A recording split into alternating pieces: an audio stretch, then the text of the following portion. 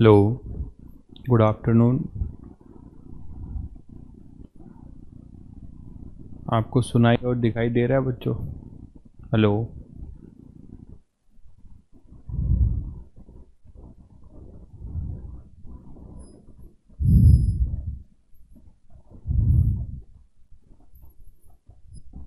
सबको प्रणाम भाई, गुड आफ्टरनून।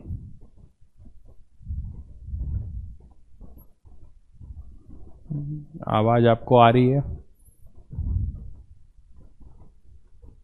ओके, चलिए। वेदांत गुड आफ्टरनून, हरिओम, अनुराग, दीपक गुड आफ्टरनून भाई।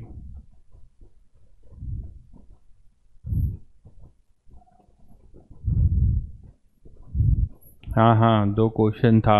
ट्राई किया तुम लोगों ने?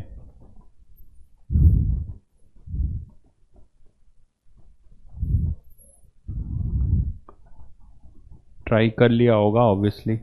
अभी डिस्कस करेंगे हम लोग।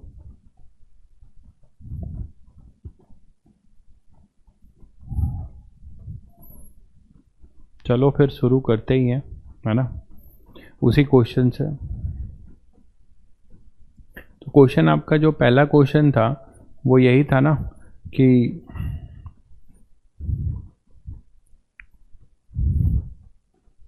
एक क्वेश्चन मैंने दिया था कि स्क्वायर के प्लेन के परपेंडिकुलर ए डिस्टेंस पे कोई चार्ज रखा हुआ है और वहाँ से हमें क्या मिल रहा है कि इलेक्ट्रोस्टैटिक फोर्स ऑफ रिपल्शन निकालना था उसमें।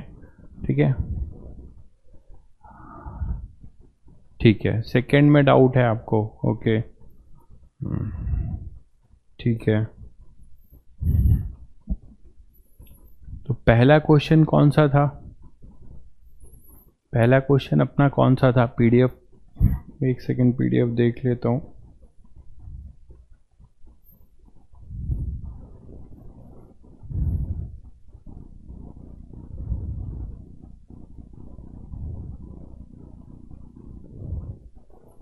हाँ, ये था कि हमें चार्ज माइनस क्यू रखना था। देखो क्वेश्चन ये था,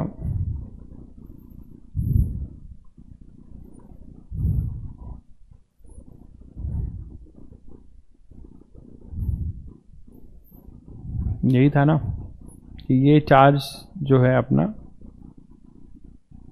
3 चार्जेस थे अपने पास। ठीक है, और ये जो 3 चार्जेस थे क्यू क्यू के,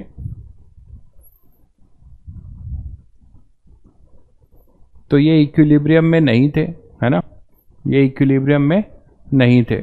जब ये इक्विलिब्रियम में नहीं थे तो क्या हो रहा था कि रिपल्सिव फोर्स के वजह से ये आपस में दूर जा रहे थे और बड़े ट्रायंगल बना रहे थे, यही तो था। अब क्या करना है हमें कि हमें एक माइनस क्यू चार्ज, मैंने कहा था कि एक चार्ज लेके आके रखो यहाँ पर सेंटर पे, जिसकी वैल्यू आपने पहले से गेस कर ली थी, वो था माइनस क्यू। तो इस माइनस क्यू चार्ज, ये जो माइनस क्यू चार्ज है, इसकी वैल्यू क्या होगी जिससे कि सभी इक्विलिब्रियम में रहेंगे, पूरा सिस्टम इक्विलिब्रियम में रहेगा। ठीक है, कितने बच्चों का हो गया था ये क्वेश्चन?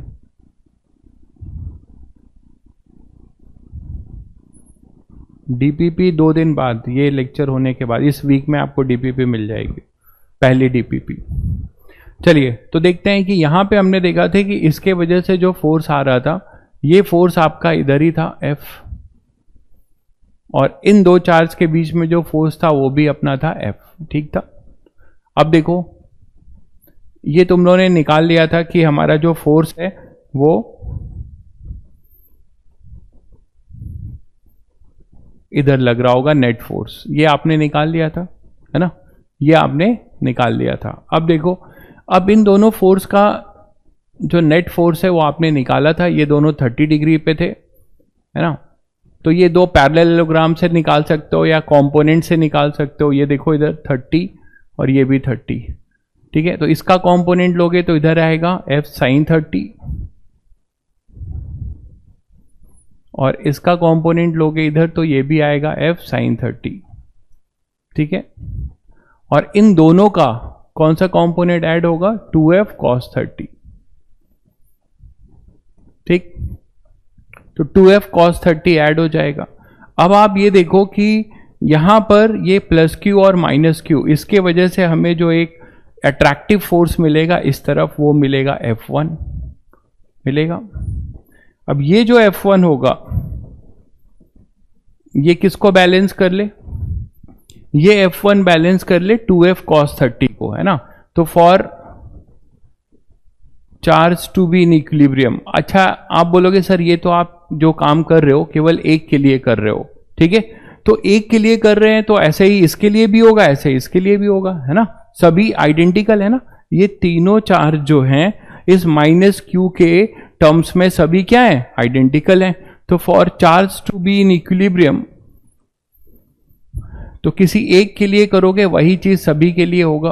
तो for charge to be in equilibrium एक इक्वेशन क्या लिख सकते हो आप, 2f cos 30 this should be equal to F1, and F1 क्या है, F1 है Q और माइनस Q के बीच का कूलम्बिक फोर्स जो अट्रैक्टिव है, और Q क्या है, ये F क्या है, इन दोनों के वजह से इस पे लगने वाला कूलम्बिक फोर्स, ठीक। तो चलो लिखते हैं, इसकी डिस्टेंस हमने शायद दी हुई थी, ये A था।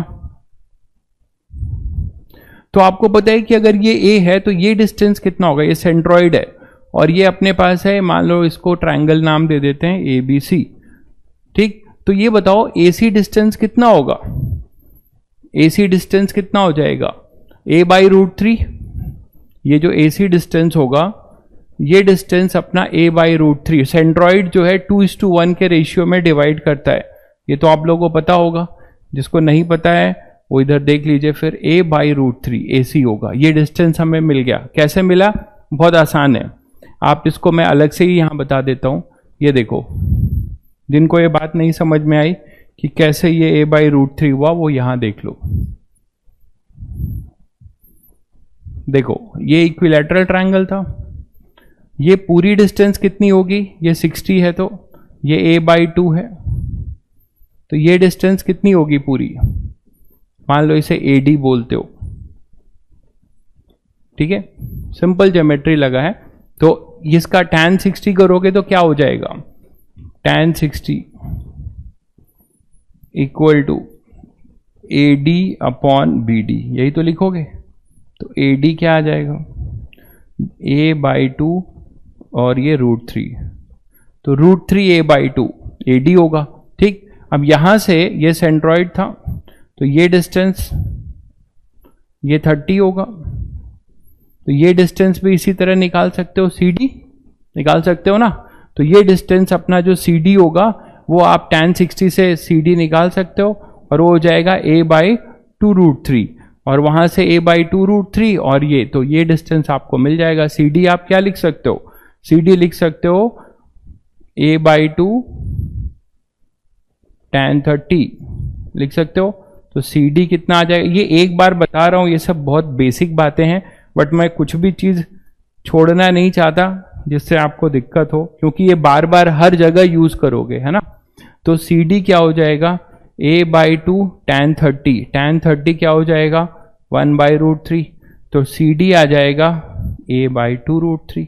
तो a/2 √3 और ये √3 a/2 इसको माइनस कर दो तो तुम्हें ये मिल जाएगा a/√3, ठीक है। तो कई जगह पे यूज करोगे, ये मैंने एक बार बता दिया आपको।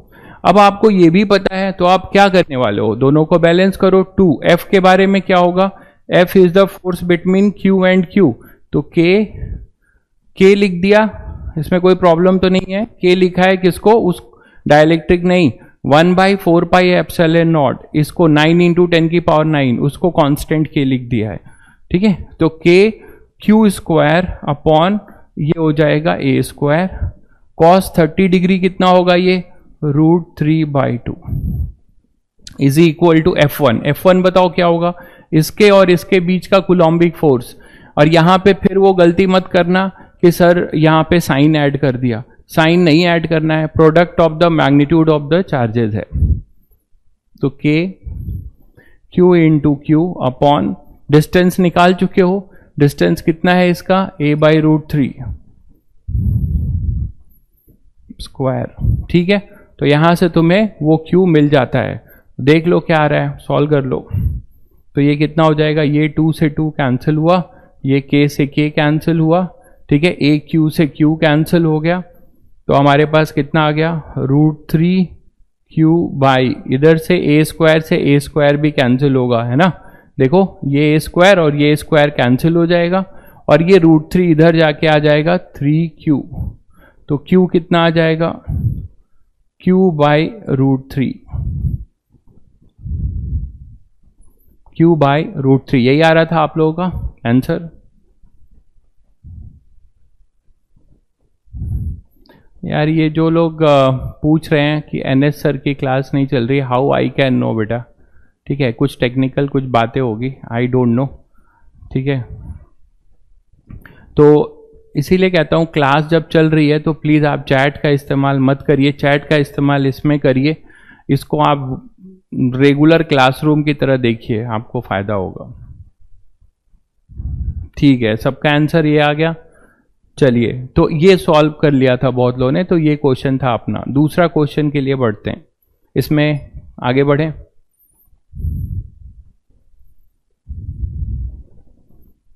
चलिए आगे बढ़ते हैं।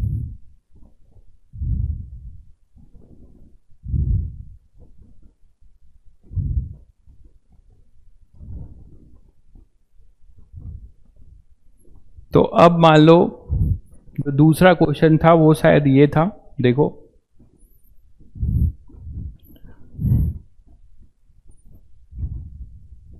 कि हमारे पास एक स्क्वायर था, वो XZ प्लेन में था, ऐसा।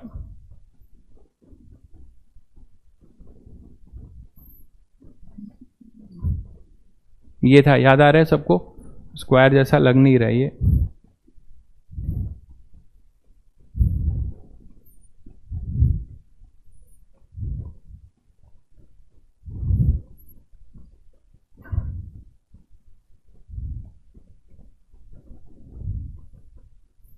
ठीक है, तो ऐसा कुछ था।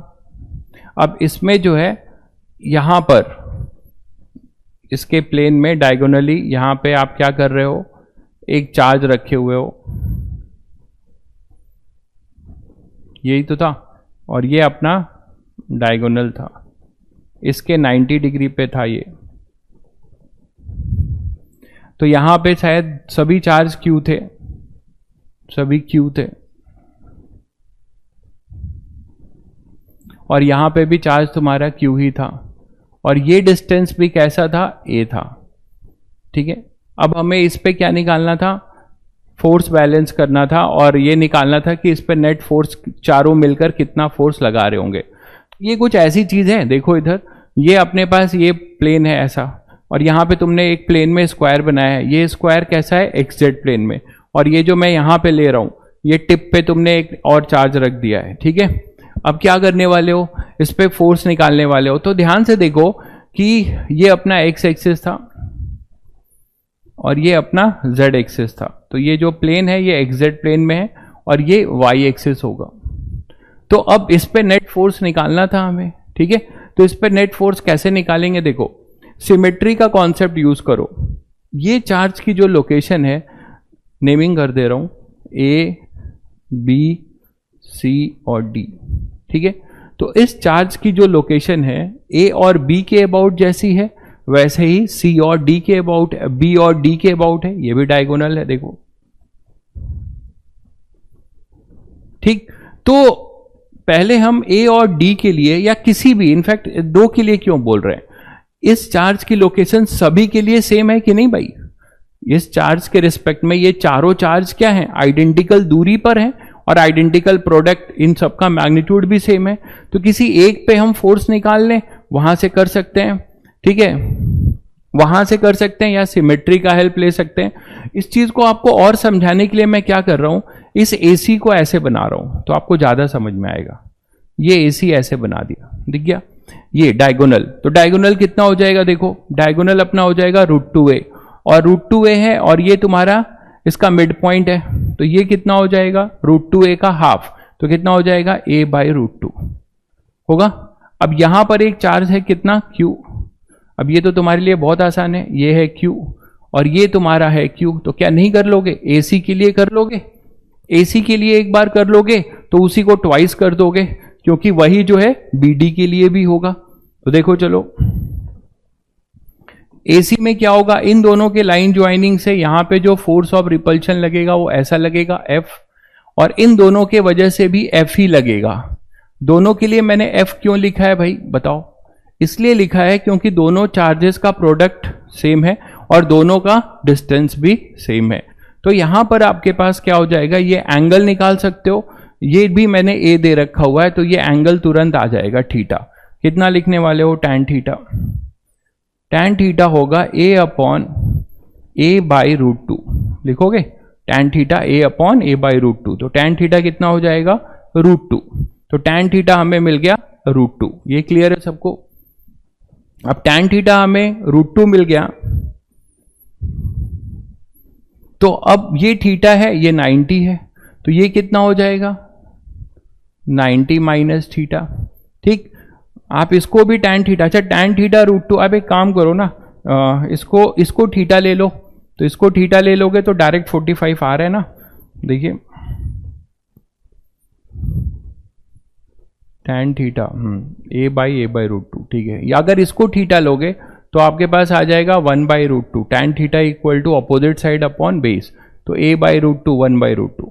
ठीक है, तो यहां से आपके पास ये ज्यादा इजी पड़ेगा, है ना, वही ले लेते हैं, क्योंकि हमें कंपोनेंट भी जो ब्रेक करना है वो इसी के अकॉर्डिंग करना है।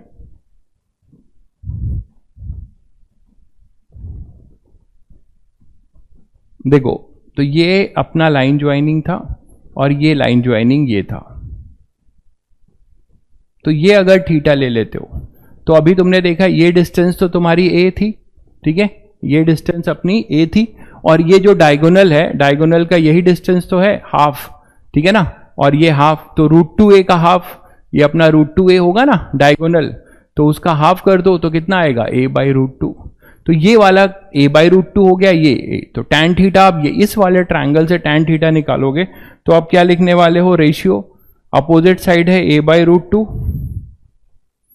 A/√2 अपॉन में A, यही तो लिखोगे, tan थीटा जो है A/√2 अपॉन में A। अब ये थीटा ले लिया, उससे कुछ फर्क नहीं पड़ रहा है, खैर बहुत ज्यादा कोई फायदा नहीं हुआ, ये हो जाएगा 1/√2, बात बराबर है। तो tan थीटा यहां पे आ जाएगा 1/√2। चलो, तो ये थीटा ले लिया, उससे कुछ बहुत फायदा नहीं हुआ, आप वो भी थीटा लेके कर सकते थे। तो ये अगर थीटा लिया तो ये भी थीटा होगा, थोड़ा आपको यहां पे इजीली आप जज कर पा रहे हो बस। तो इन दोनों का कंपोनेंट ले लो, तो इधर क्या हो जाएगा, 2f cos थीटा, ये दोनों कंपोनेंट जुड़ेंगे और ये दोनों कंपोनेंट कैंसिल आउट करेंगे। देखो f sin थीटा और ये भी होगा f sin थीटा, तो ये कैंसिल आउट हो गए, ठीक है ना, ये कंपोनेंट कैंसिल आउट हो गए, ये जुड़ गए, कितना जुड़ गए, 2f cos थीटा। तो 2f cos थीटा, तो 2f cos थीटा हमारा नेट फोर्स होगा, ठीक। तो f नेट कितना आ जाएगा बताओ तुम लोग, एक चार्ज पे इन दोनों के वजह से इस पे निकाला तुमने, कितना आ गया, 2f cos थीटा। ठीक उसी तरीके से इन दोनों के वजह से भी निकालोगे तो वही 2f cos थीटा आएगा। तो 2f cos थीटा का क्या करने वाले हो आप, ट्वाइस करने वाले हो, तो f नेट कितना हो जाएगा, 2 times of 2f cos theta, that is it is 4f cos theta. ये आएगा आपका आंसर। और नेट फोर्स किधर होगा, इस चार्ज पे ऊपर, सभी के हॉरिजॉन्टल वाले वेक्टर क्या हो जा रहे हैं, कैंसिल आउट, और वो वाले क्या हो जा रहे हैं, एड अप। तो 4f cos थीटा। चलो अब cos थीटा निकाल लेते हैं। हमें इस ट्रायंगल में tan थीटा पता है, ये ट्रायंगल है तुम्हारा, तो इस ट्रायंगल में tan थीटा पता है, तो tan थीटा कितना बता रहे हो, 1/√2। तो इसका हाइपोटेनियस कितना हो जाएगा, √2 स्क्वायर माइनस 1 स्क्वायर, तो कितना आ जाएगा आपके पास, 2 माइनस 1।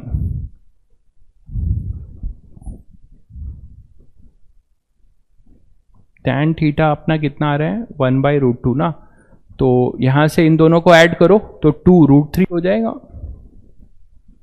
ठीक है ना, √2 स्क्वायर प्लस 1 स्क्वायर, तो यहाँ पे √3, आप cos थीटा लिख सकते हो इस ट्रायंगल से, कितना हो जाएगा बताओ, 4f cos theta, cos theta कितना होगा, √2/√3, तो 4√2/√3, 4√2/√3,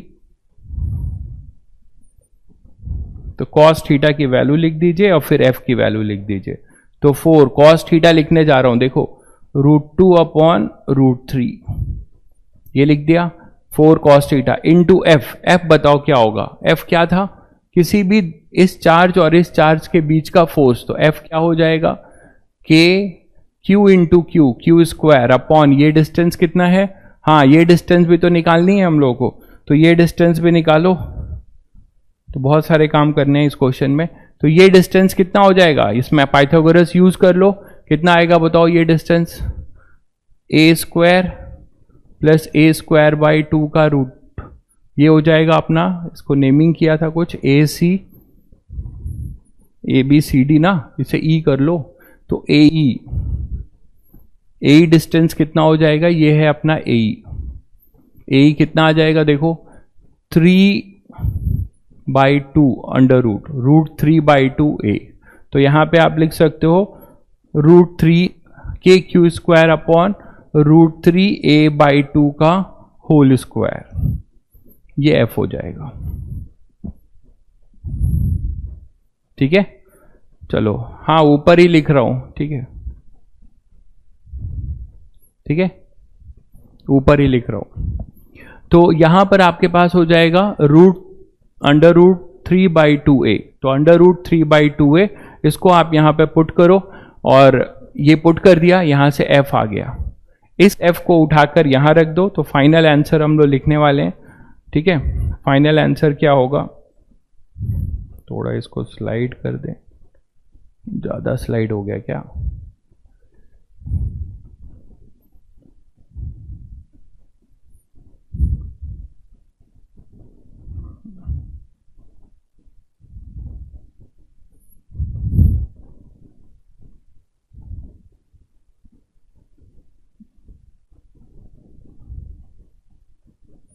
चलो नेक्स्ट स्लाइड पे ले लेते हैं। तो इसकी वैल्यू आप लोग सॉल्व कर लीजिए और इसको यहां पुट कर दीजिए, cos थीटा की मैं यहीं पुट कर रहा हूं, देखो kq², ठीक है, इसको करोगे तो ये ऊपर चला जाएगा, और ये √3 पूरा है भाई, ये देखिए ये पूरा है ऐसे, √3/2 ये पूरा है, और ये तो 3/2 बचेगा, है ना, तो ये बचेगा 3/2a², ये आएगा।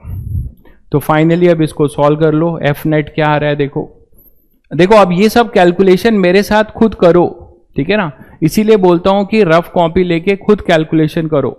ठीक है, कितना आ रहा है देखो, यहां से 2 से 2 कैंसिल, √3 से √3 कैंसिल हो जाएगा, तो फाइनली हमारे पास क्या आ जाएगा, इधर 4 बचेगा, और √2 से ये √2 कैंसिल हो जाएगा, और ये 3√3 नीचे रहेगा, और 2 से एक √2 कैंसिल होगा। ठीक है, तो 2√2 ऊपर आ रहा है और 3√3 नीचे आ रहा है, और इधर kq² अपॉन a² आ रहा है, तो 2/3, इसको और इधर ले जाओगे तो कितना आ जाएगा, 4 × 8, और ये 9 27, तो 8/27 under root times of kq² upon a², ये फाइनल आपका आंसर होगा।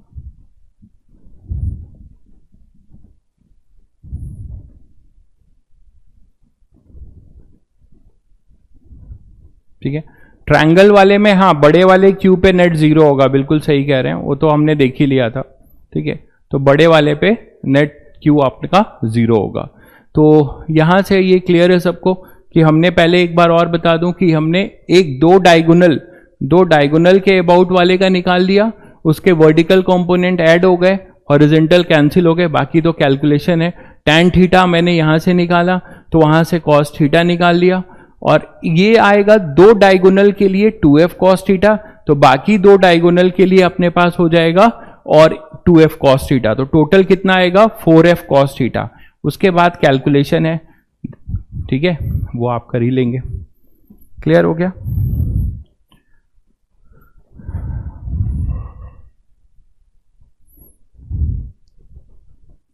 मैच, देखिए भाई बाकी लोगों का भी मैच कर रहा है कि नहीं। 4f cos थीटा, फाइनली ये आएगा। cos थीटा की वैल्यू निकाल लो और ये डिस्टेंस निकाल लो। ये a है, a/√2, ये निकाला हुआ है डिस्टेंस मैंने, √3 अंडर √3/2a ये, और इसका स्क्वायर करोगे तो 3/2 ही तो आएगा। तो k² अपॉन 3/2a² ये हो गया, और अपने पास 4 हो गया, और cos थीटा की वैल्यू आपने यहां से निकाल ली अंडर √2/3। सिंपल है। चलिए आगे बढ़ते हैं।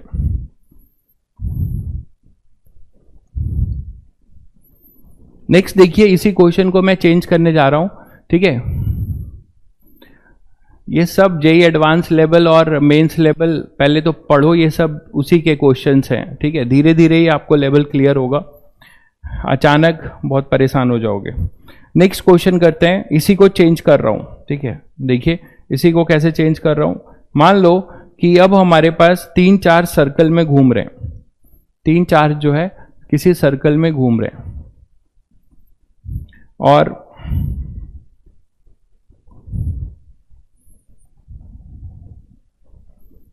ये हमेशा जो है इक्विलैटरल ट्रायंगल बनाते हुए घूमते हैं। ये तुम लोग करोगे, ठीक है। ये चार्ज यहां पर है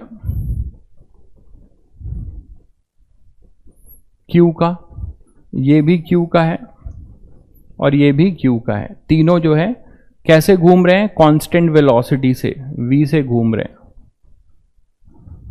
कांस्टेंट वेलोसिटी से। और इनके सेंटर पे एक है अपने पास -Q चार्ज, जो कि रेस्ट पे पड़ा हुआ है। वो रेस्ट पे तो होगा, अभी हम लोगों ने प्रूव ही कर लिया, इसमें कोई डाउट तो नहीं है, ठीक है। तो अब यहां पर हमारे पास क्या आ जाएगा कि इस -Q चार्ज का यहां पे कूलोम्बिक फोर्स ऑफ इंटरेक्शन अभी आपने निकाला। अभी इसी क्वेश्चन को तुम्हें करना है, ठीक है, मुझे नहीं करना है, ये आपका होमवर्क है, ठीक है। इनफैक्ट रेडियस R दिया हुआ है तुम्हें, ये रेडियस जो है ना सर्कल का R है, थोड़ा सा चेंज कर दिया। क्वेश्चंस में बहुत ट्विस्ट हो सकते हैं, इसीलिए फिजिक्स एक सिचुएशनल सब्जेक्ट है, मैंने पहली क्लास में कहा था। धीरे धीरे जो है, ठीक है, नीचे मैं नहीं लिखूंगा, कोशिश करूंगा। तो अब यहां पे हमारे पास डायगोनल बाइसेक्ट एट वर्टेक्स से नहीं होगा क्या सर? अरे भाई स्क्वायर है मेरे भाई, स्क्वायर है तो डायगोनल परपेंडिकुलरली बाइसेक्ट करेंगे, क्या दिक्कत है। तो यहां पर अपने पास ये -Q है, ठीक है। और अब हमें बताना है कि ये जो सर्कुलर मोशन हो रहा है, इसमें इसकी जो है वेलोसिटी पूछी जा सकती है, टाइम पीरियड पूछा जा सकता है, टाइम पीरियड ऑफ मोशन। ठीक क्या है अपना टाइम पीरियड, तो हमें इसका टाइम पीरियड बताना है ऑफ एनी चार्ज पार्टिकल, ठीक है। तो देखो ऐसे क्वेश्चन भी बन सकते हैं, एडवांस में हमेशा मर्जिंग क्वेश्चन भी वो बनते हैं। तो अब आपके पास सर्कल में ये तीनों चार्जेस मूव कर रहे हैं, एक चार्ज आपका सेंटर पे है -Q। तो आपको क्या करना है, डायग्राम में सब कुछ दिख रहा है इसलिए मैंने क्वेश्चन बहुत डिटेल में नहीं लिखा है, कि फिर भी लिख दे रहा हूं। All the 3Q charges moving with constant velocity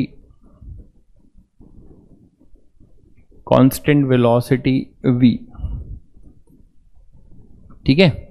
find time period of motion. तो आपको चार्ज पार्टिकल के टाइम पीरियड का मोशन बताना है, किसी का भी, सबका सेम ही होगा, ठीक है। ये वाला हटा दे रहा हूं, अब क्लियर है सबको। चलो बताओ इसमें क्या कॉन्सेप्ट लगने जा रहा है, ठीक है। आज इस पे जो कॉन्सेप्ट लगेगा वो सर्कुलर मोशन का लगेगा। सर्कुलर मोशन में तुम लोगों ने थोड़ा सा मैं रिकैप कर दे रहा हूं।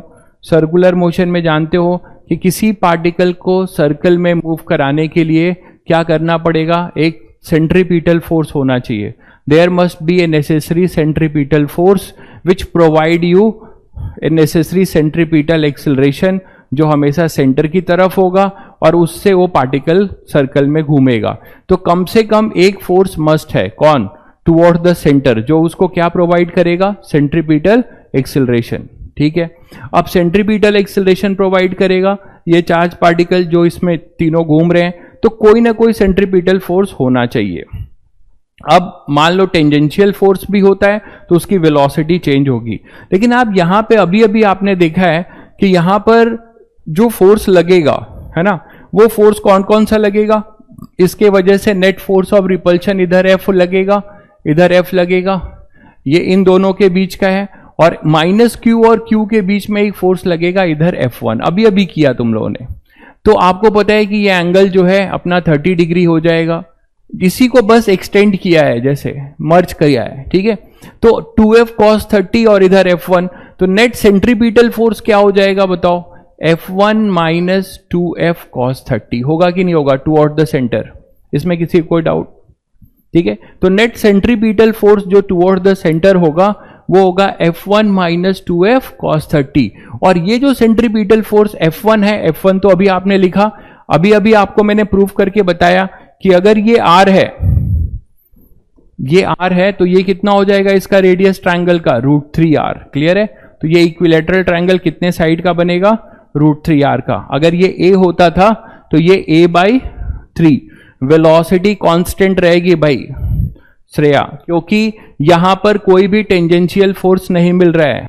तुम लोगों का थोड़ा बहुत रिवाइज कर लो भाई, नहीं तो आगे अगर आप एडवांस के लेवल की चीजें लिख रहे हो, चिल्ला रहे हो कि एडवांस एडवांस, इसीलिए तो मैं बहुत धीरे से ले चल रहा हूं।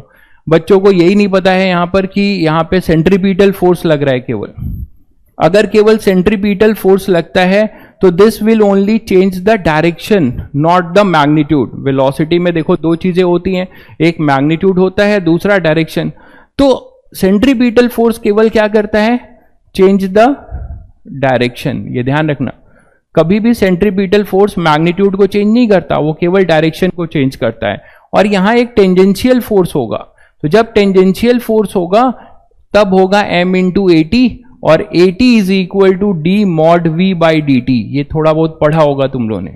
तो जब तक जो है, जब तक आपको जो है टेंजेंशियल एक्सिलरेशन नहीं मिलेगा, तब तक जो पार्टिकल सर्कल में घूम रहा है वो क्या करेगा? सर्कुलर मोशन करेगा विथ कांस्टेंट या यूनिफॉर्म वेलोसिटी। क्लियर हो गया होगा? डाउट क्लियर हो गया होगा? ठीक है, चलिए, तो थोड़ा बहुत रिवाइज कर लो छोटी छोटी चीजों को। नहीं भी करोगे तो मैं रिकैप करता जा रहा हूं, आपको धीरे धीरे आइडिया लग जाएगा। तो F1 माइनस 2F cos 30 फटाफट लिखो, और F1 की वैल्यू तो आप लिख सकते हो, क्या हो जाएगा? K Q into capital Q upon R square, यही तो होगा, माइनस 2 cos 30 √3/2 इंटू F कितना हो जाएगा? इन दोनों फोर्स के बीच का फोर्स F है, तो क्या होगा? KQ स्क्वायर अपॉन √3R का होल स्क्वायर। सॉल्व कर लो, तो सेंट्रीपिटल फोर्स कितना आ गया? KQ upon R square minus, देखो √3 और यहां पे 3, तो एक बचेगा अपने पास KQ स्क्वायर अपॉन 3 से एक √3 कैंसिल होगा, तो √3R स्क्वायर। यहां तक आ गए? ठीक है, अब इसको आप क्या कर सकते हो? mv²/r, यही तो फॉर्मूला होता है सेंट्रीपिटल फोर्स का। तुम लोगों ने कई बार किया है कि कोई m मास है, वो v वेलोसिटी से मूव कर रहा है, और इधर सेंट्रीपिटल फोर्स है, तो सेंट्रीपिटल फोर्स क्या लिखते हो? mv²/r। एक्चुअली आप न्यूटन सेकेंड लॉ ही लगा रहे हो, है ना, आप न्यूटन सेकेंड लॉ ही लगा रहे हो। ये है मास और ये है अपना एक्सिलरेशन। तो इधर रेडियल एक्सिलरेशन भी अगर कोई तुमसे पूछे कभी, तो रेडियल एक्सिलरेशन कितना है? v²/r है। इसी को याद करो, और क्या लिख देते थे? रेडियल एक्सिलरेशन को ये ओमेगा होता था, तो ω²r। थोड़े बहुत चीजें मैं ब्रीफ कर दे रहा हूं कि आपको याद आ जाए। तो ये आपका ये यूज हुआ है, ठीक है, कॉन्सेप्ट ये यूज हुआ है।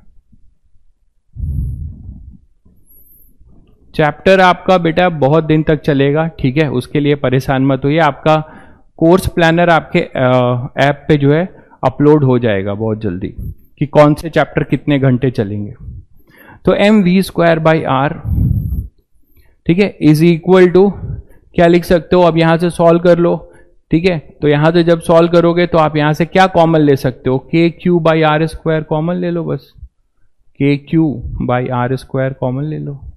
तो यहां आ जाएगा क्यू माइनस क्यू अपॉन में √3, ऐसा कुछ आएगा। ठीक, तो यहां से तुम्हें ये r से r कैंसिल कर लो, तो वेलोसिटी अगर पूछी जाए तो वेलोसिटी बता सकते हो किस स्पीड से मूव कर रहे हैं।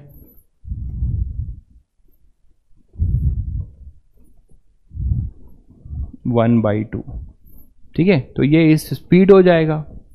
ठीक है, 2f cos 30 कौन सा किया, 2f cos 30 ये वाला है, ये 30 है, ये भी 30 है।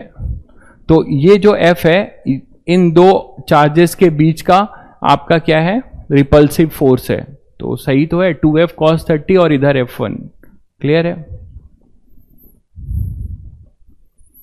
आप कोई भी बुक सॉल्व कर सकते हैं भाई दीपक। ठीक है, इतने बड़ा बड़ा चैट मत लिखो यार, तुम पढ़ाई करो भाई।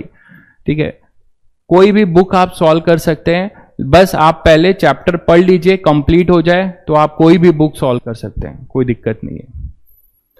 जो एससी वर्मा और इरोडोफ ये दोनों मैं यहां पर खुद ही लूंगा, बहुत सारे अच्छे क्वेश्चन यहीं पे करेंगे, लेकिन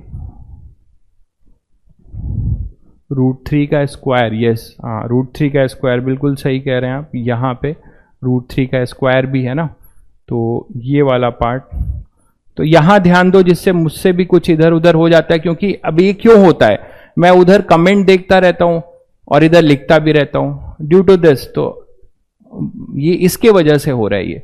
तो इसीलिए आप लोग कमेंट पे प्लीज कमेंट वही करिए जो जेन्युइन है। ठीक है, जब आप पढ़ाई कर लें तब कमेंट करिए जो करना है, नहीं तो फिर उसमें क्या होता है कि बहुत जेन्युइन कमेंट जो है मिस हो जाएंगे। मेरी बात आप लोग समझ रहे हैं, थोड़ा समझिए और एक डिसिप्लिन में आइए।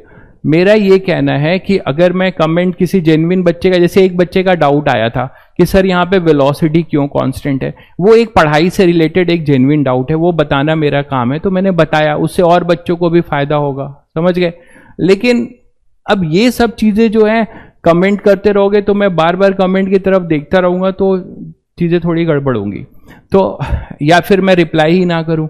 mv²/r ये होगा, और देखो इधर kq², अब यहां से ये कैंसिल हुआ, और ये कैलकुलेशन रफ कॉपी लेके बैठे हो, जो बच्चे कर रहे हैं देखो वो बता रहे हैं, उन्हीं को आगे जाके बेनिफिट होने वाला है।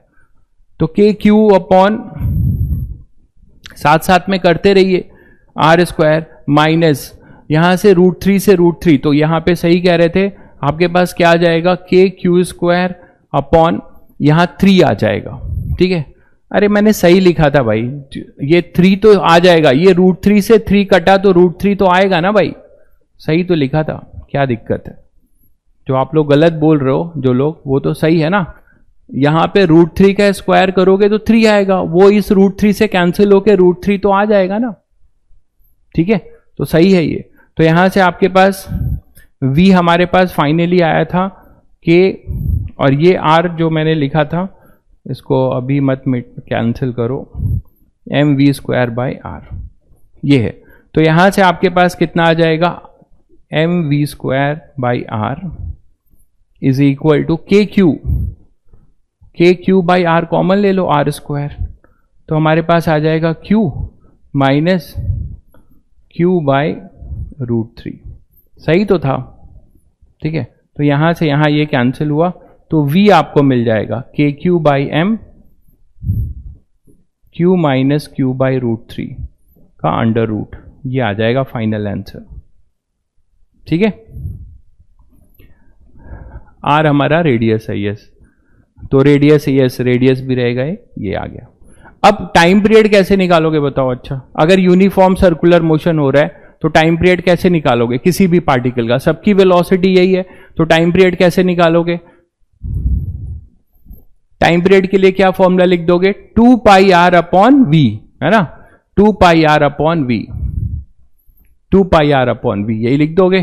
तो t जो होगा वो क्या हो जाएगा, 2πr/v, ये कर लेना, यहां से बस इसको 2πr से डिवाइड कर लेना, तो यहां से आपको टाइम पीरियड का भी एक्सप्रेशन मिल जाएगा। ठीक है, चलिए तो नेक्स्ट क्वेश्चन लेते हैं।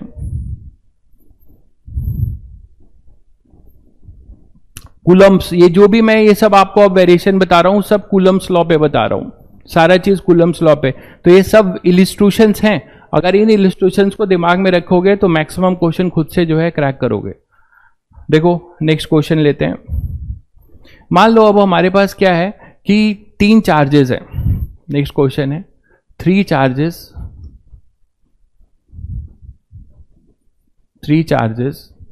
Q, या ऐसे ले लो, कैपिटल ले लो, 3 charges plus Q1 plus Q2 and Q and small q are arranged as shown in figure, ठीक है, ऐसे हैं, देखिए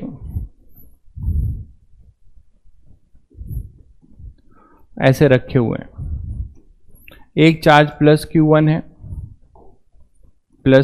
है, यहां रखा हुआ है। एक चार्ज यहां रखा हुआ है प्लस Q2, और दूसरा चार्ज आपका Q है कहीं पे रखा हुआ है। क्वेश्चन हमारा यही है, ठीक है, क्वेश्चन हमारा यही है कि हम इसको जो है, जो Q चार्ज है, इसका नेचर क्या होगा और इसका मैग्नीट्यूड क्या होगा कि हम इसको कहीं पे भी रख दें, ठीक है, हम कहीं पे भी रख दें इन बिटवीन दिस। मान लो इसकी डिस्टेंस जो है आपको दी हुई है D, Q1 और Q2 के बीच में। तो हमारा क्वेश्चन ये है कि वेयर, ये जो Q है इसका क्या नेचर होगा कि इन बिटवीन हम कहीं पे भी रखें तो हमें हमेशा जो है इस पे नेट फोर्स क्या मिले, 0। इस पे नहीं, पूरे सिस्टम पे, ये कहीं पे रखा हुआ है, ठीक है।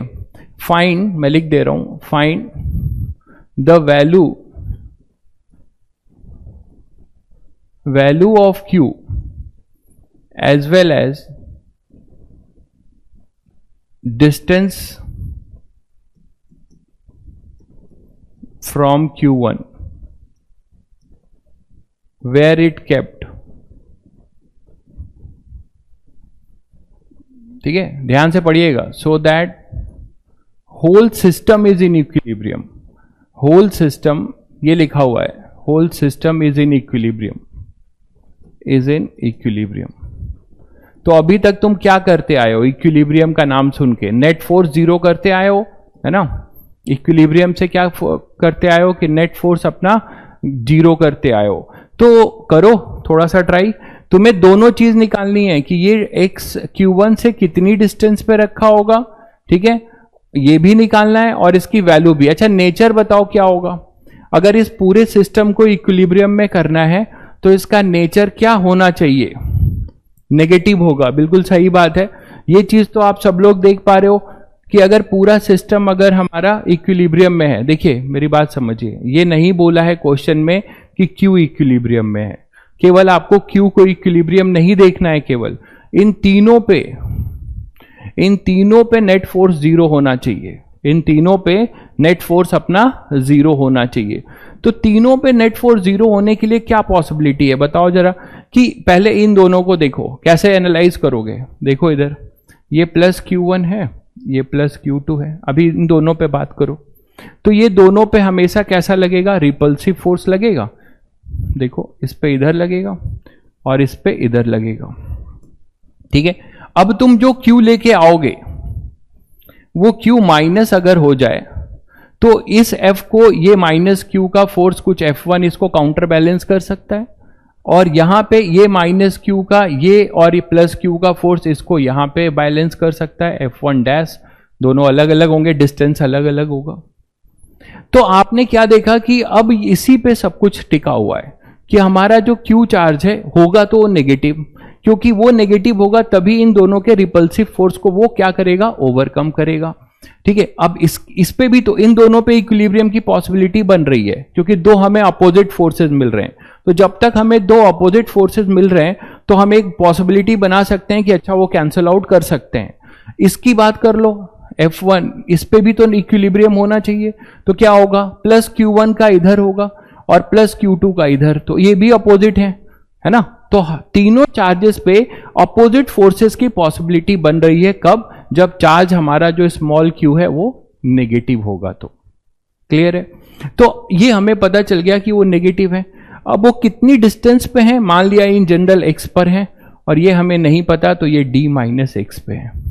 ठीक, तो अब हमें इक्विलिब्रियम के लिए दो अननोन है हमारे पास। क्या? ये भी अननोन है, इसकी वैल्यू भी पूछी जा रही है, और ये भी अननोन है तुम्हारे पास। तो दो इक्वेशन बनाओगे। ठीक है, कर लो। तो दो इक्वेशन कैसे बनाओगे? कोई भी दो इक्विलिब्रियम जस्टिफाई कर दो, वहां से दो इक्वेशन बन जाएगी। जैसे पहला, नेट फोर्स हम जीरो कर रहे हैं, net force on minus Q, obviously ये नेगेटिव होगा हमें पता है, तो माइनस क्यू इज जीरो। अगर ये इक्विलिब्रियम है तो इस पे पहले नेट फोर्स जीरो करो। तो इस पे नेट फोर्स जीरो करोगे तो क्या आएगा बताओ?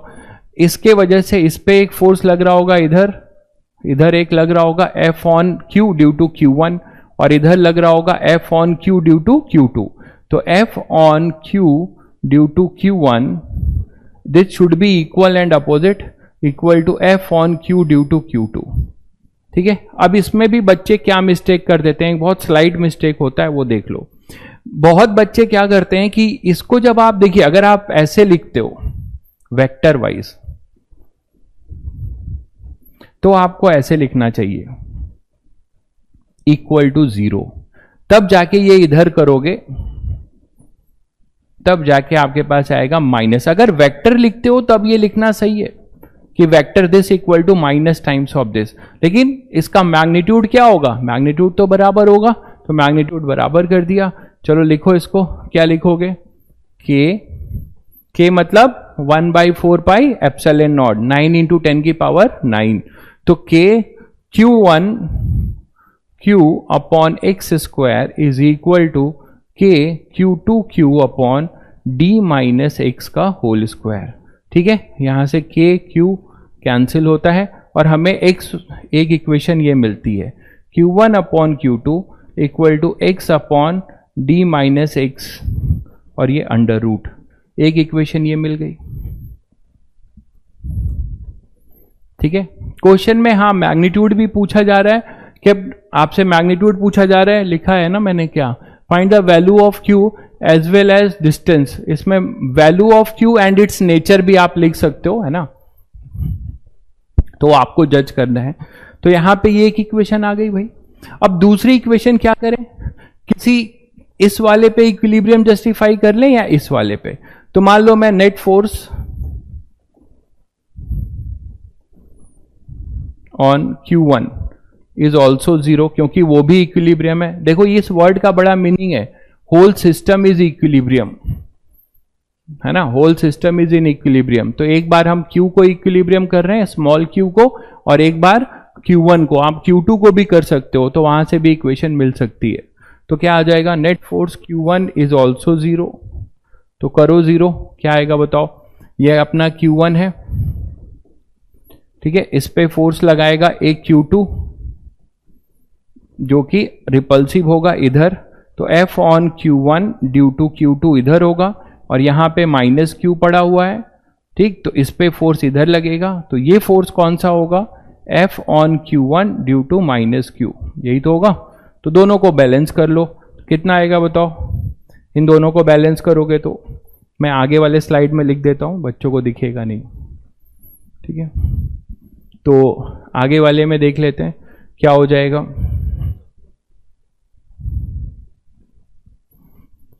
तो कितना हो जाएगा बताओ? के Q1 Q2 upon D square, याद आ रहा है, इज इक्वल टू के Q1 Q upon x square. ये क्लियर है सबको? Q1 से स्मॉल q की दूरी x थी, तो वो हमने लिखा उसका फोर्स, और Q1 Q2 के बीच की दूरी थी आपकी d। ठीक है, d/2 क्यों होगा भाई? कुछ बच्चे d/2 क्यों लिख रहे हैं? ठीक है, d होगा ना। अरे अभी अभी तो देखा ये कितनी दूरी पे था, देखो Q1 और Q2 जो है d दूरी पे था, पूरा d लिया हुआ है, समझ गए? मैं कंफ्यूज क्यों हो रहे हो? तो देखो इधर, अब यहां से फिर एक इक्वेशन तुम्हें मिलता है, Q1 भी कैंसिल हो गया, तो यहां से तुम्हें क्या मिलता है, d बाई एक्स में एक relation Q2 by Q is equal to d by x, है ना, अंडर रूट।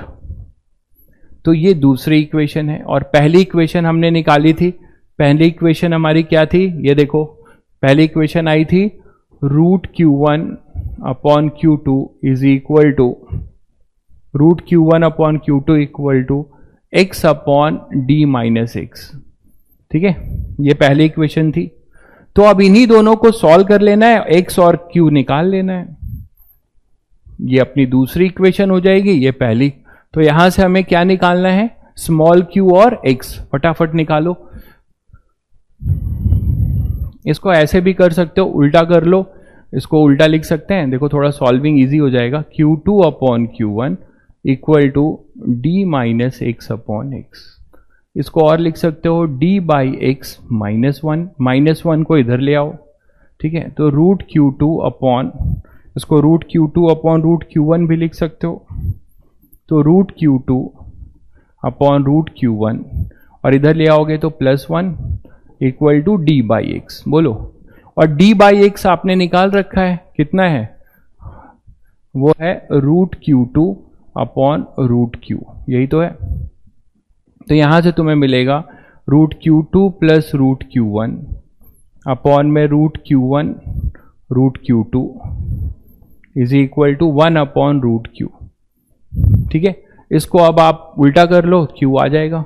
Q कितना हो जाएगा उल्टा करोगे तो, और स्क्वायर कर लो, Q1 Q2 अपॉन में root Q1 plus root Q2 का होल स्क्वायर। ये आंसर आप टिक करोगे।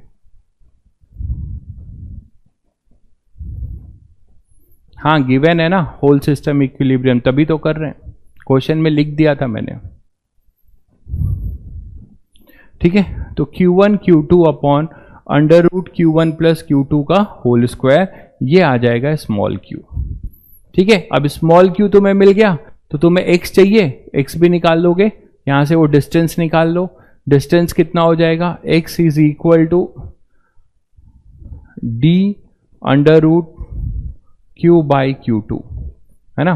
तो x भी आ जाएगा, वो डिस्टेंस d। q की वैल्यू अपने पास ये है पूरा, तो वहां से लाके रखोगे, मतलब आपको वैल्यू मिल जाएगी। इसमें एक रूट और आ जाएगा, क्लियर है। तो यहां से आप x भी निकाल लोगे, क्लियर है। तो इस तरीके से आप देख रहे हो कि कूलम्स बुक्स के लिए मैंने आप लोगों को कई बार बोला, यार एक ही बात प्लीज मत पूछा करिए, बहुत अजीब सी बात लगती है। ठीक है, आप कोई भी बुक सॉल्व कर सकते हैं जो आपके पास है, कोई दिक्कत नहीं है। द ओनली कंडीशन इज कि मेरे तरफ से जब मैं बोल दूं कि चैप्टर पूरा कंप्लीट हो गया है, जाके बुक सॉल्व करो, तभी करना, नहीं तो दिक्कत में आओगे, क्योंकि बहुत सारे कॉन्सेप्ट अभी बताए ही नहीं गए होंगे। मैं अगर ऐसे बोलूं तो आप कोई भी बुक ले सकते हो, बहुत सारी बुकें हैं, कोई एक बुक ले लीजिए, ठीक है, आपको लेने का मन है, हालांकि उसकी भी जरूरत नहीं है। आपको जितना मॉड्यूल और डीपीपी दिया जाएगा वो बहुत है। लेना चाहते हैं आप तो सिंगेज, डीसी पांडे, कोई भी ले सकते हैं, जो मार्केट में बहुत सारे बुक की कलेक्शंस हैं। ठीक है, बार बार उसी चीज पे नहीं आते हैं। ठीक है, एनसीईआरटी सफिशिएंट नहीं है भाई, एनसीईआरटी पढ़ने के लिए यहाँ थोड़े आए हो, एनसीईआरटी से बहुत ऊपर आपको पढ़ना पड़ेगा। तो x equal to q d under root q upon Q2, यहां से ये निकाल सकते हैं, और ये क्लियर है सबको। एनसीईआरटी के एडिशनल एक्सरसाइज आपके काम आ सकता है, जो बहुत अच्छे क्वेश्चन थे और एग्जाम्पलर।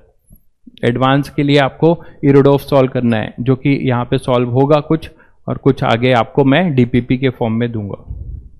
ठीक है, तो पढ़ाई पे ज़्यादा फोकस रखें, वो ज़्यादा बेटर है। ठीक है, चलिए, तो अब कुछ क्वेश्चंस लेते हैं कूलम्स लॉ पे ही।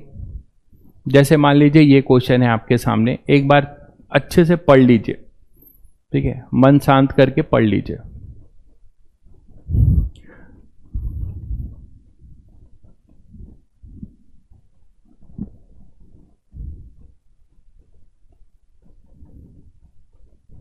लास्ट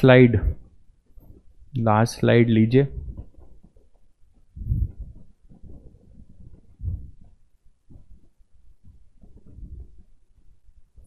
और इजी कोई कैलकुलेशन नहीं होगा भाई, इससे इजी क्या कैलकुलेशन होगा, तुम लोग इतने कैलकुलेशन परेशान हो, इससे इजी क्या कैलकुलेशन होगा, और कोई इजी कैलकुलेशन हमें तो नहीं दिखता, बाकी आपको करना है आप कर लीजिए।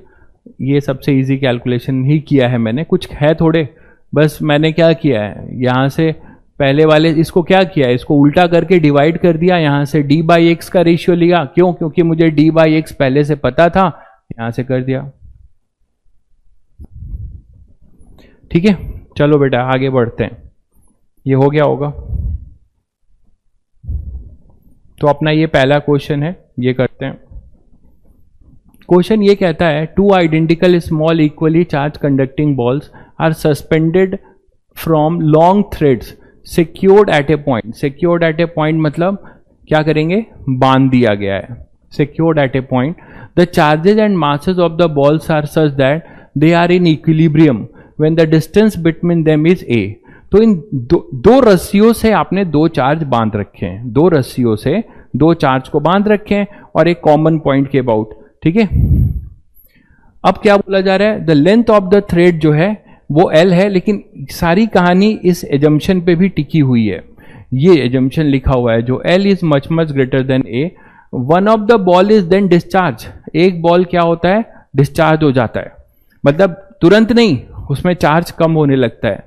Again for the certain value of distance B, जो कि फिर से वही दिया हुआ है, ये L है ना, ये भी आपका क्या है, L ही है। Between them, between the ball the equilibrium is restored. तो आपको वैल्यू बतानी है, इंटीजर टाइप क्वेश्चन बन सकता है। देखिए मैं आपको फिर समझा रहा हूं, क्वेश्चन में ये बोला गया कि दो insulated thread,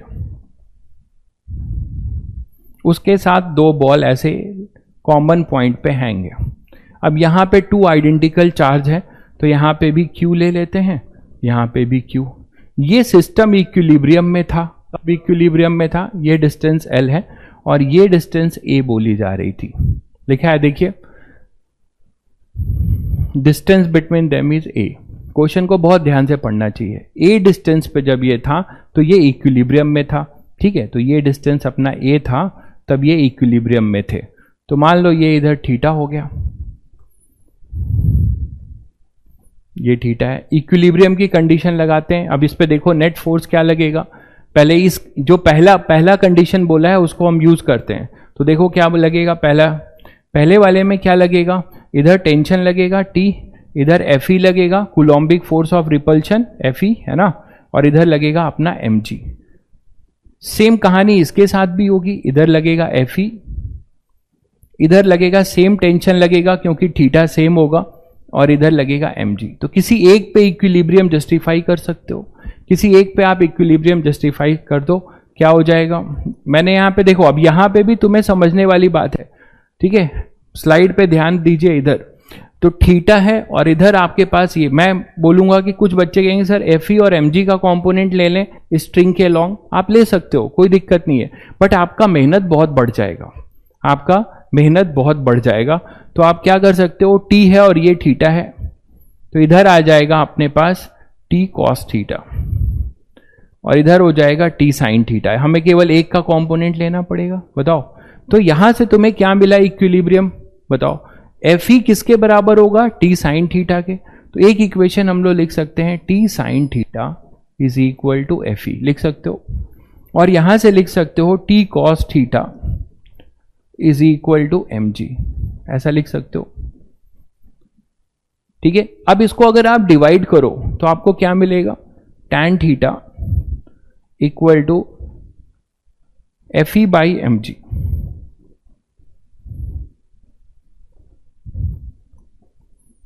Fe by mg, यही तो मिलेगा, tan theta equal to Fe by mg।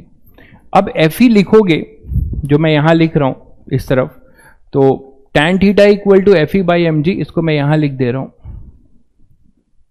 तो देखो tan थीटा को क्या लिखोगे इधर, अब यहीं पे एजम्पशन की जरूरत है, देखो इधर इसकी, यहीं पे हमें एजम्पशन की जरूरत पड़ेगी जरूर। जब थीटा बहुत स्मॉल होता है, यहां पे लिखा है कि L हमारा बहुत बड़ा है A से, तो L अगर हमारा बहुत बड़ा होगा A से तो थीटा बहुत स्मॉल होगा, ठीक है। तो थीटा बहुत स्मॉल होगा क्योंकि आप tan थीटा क्या लिखोगे, A बाई L लिखोगे ना, tan थीटा आप क्या लिखोगे, a बाई एल, और a बाई एल में a जो है बहुत छोटा है l से, टेंडिंग टू जीरो है, समझ रहे हैं, टेंडिंग टू जीरो है, तो आप tan थीटा को सीधे सीधे क्या लिख सकते हो, a बाई एल, यहां से ये a नहीं, a बाई टू, मतलब ये चीज हो जाएगी a बाई टू, और ये l है, तो इनफैक्ट tan थीटा को नहीं, sin थीटा को, तो यहां से tan थीटा जो तुम लिख रहे हो एफ ई की वैल्यू क्या है, के क्यू स्क्वायर अपॉन ये पूरा हो जाएगा ए स्क्वायर एम जी, के q square upon a square ये हो जाएगा, और इंटू 1 बाई एम जी, ये मैंने क्या लिखा, ये एफ ई लिखा, देखो इधर ये एफ ई लिखा, क्लियर है, एफ ई मतलब k q one q two by r square, ये लिख दिया, ठीक है। तो tan theta equal to k q square by a square, और ये आ जाएगा। अब tan थीटा पे कहानी सुनो, ये तुम लोग कई बार कर चुके होगे कि tan थीटा अगर थीटा बहुत स्मॉल होगा तो वो sin थीटा के बराबर होता है एंड इक्वल टू थीटा होता है। ये बात कई बार यूज करेंगे आप लोगों ने, लिमिट में अगर करी होगी तो ठीक है, नहीं करी होगी तो आगे करेंगे मैथ्स में। tan theta is approximately equal to sin theta होता है, इक्वल टू थीटा होगा। तो यहां पे आप tan थीटा को क्या लिख सकते हो, sin थीटा के बराबर, और ये कितना हो जाएगा, के q square upon a square m g. अब sin थीटा इस ट्रायंगल से निकाल लो, sin थीटा कितना हो जाएगा इस छोटे वाले ट्रायंगल से, ये देखो अपोजिट साइड हो जाएगा a बाई टू और ये हो जाएगा l, तो क्या हो जाएगा a by two l equal to k q square upon a square m g. यहां से एक a और एक a नहीं कट नहीं रहा है, ये तो आपका क्यूब होगा, तो ये रहने दीजिए, के q square upon a square m जी। तो यहां से a निकाल लो, क्या आएगा यहां से a क्यूब, हमें क्या पूछा है, a cube upon b cube ही पूछा है ना, देखो तो a क्यूब कितना आ रहा है यहां से, के क्यू स्क्वायर अपॉन 2mgl, ये ध्यान रखना, ये आ गया अपना a क्यूब, क्लियर है, a क्यूब अपना आ गया, ठीक है। दिव्यांश, हाँ भाई बताओ भाई दिव्यांश, क्या डाउट है आपको,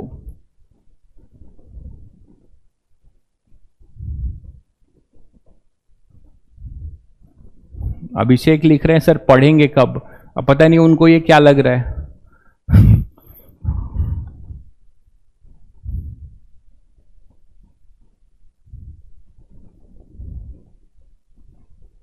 tan थीटा फिर से लिखो, tan थीटा, ये देखो tan थीटा, ये tan थीटा है, ठीक है, तो tan थीटा को मैं नहीं लिख रहा हूं, ये tan थीटा को sin थीटा के बराबर लिख के फिर लिख रहा हूं, ये इस ट्रायंगल में हम sin थीटा लिख रहे हैं, क्योंकि थीटा बहुत स्मॉल है तो tan थीटा sin थीटा दोनों बराबर हो जाएंगे, ये मैंने बताया। आगे इसकी भी जरूरत पड़ती है कि इनको हम थीटा भी लिख सकते हैं, ठीक है।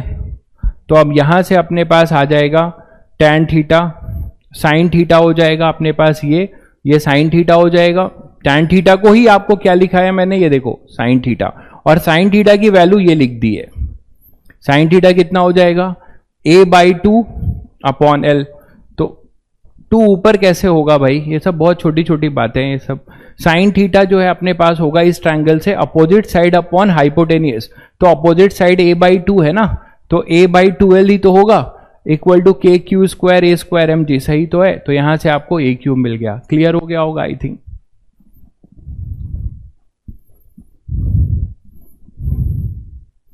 हाँ क्यूब की वैल्यू, ओके क्यूब की वैल्यू, हाँ क्यूब की वैल्यू में आप 2, अच्छा क्रॉस मल्टीप्लाई कर रहे हैं, हाँ ये यहां पे सही कह रहे हैं आप,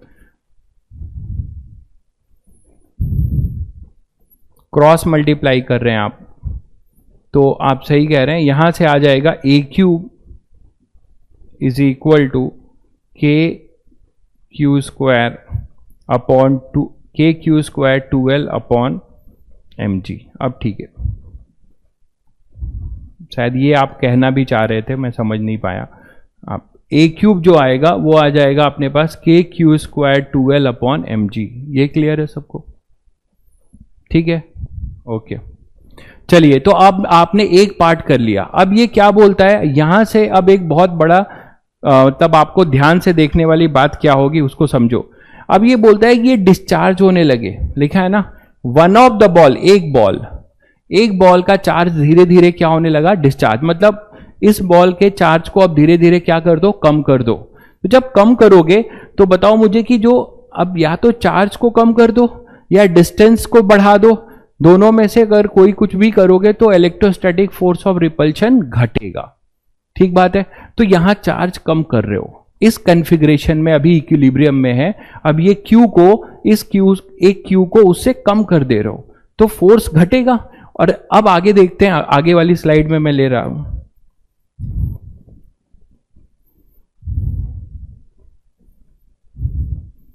तो देखो फोर्स अगर घटेगा तो अभी आपने क्या देखा कि इस पे इक्विलिब्रियम था, ये Q था, अब यहां पे कुछ Q डैश कर दिया तुमने, जो Q डैश जो है Q से कम है, तो फोर्स जो है पहले वाले से क्या हो जाएगा, घट जाएगा।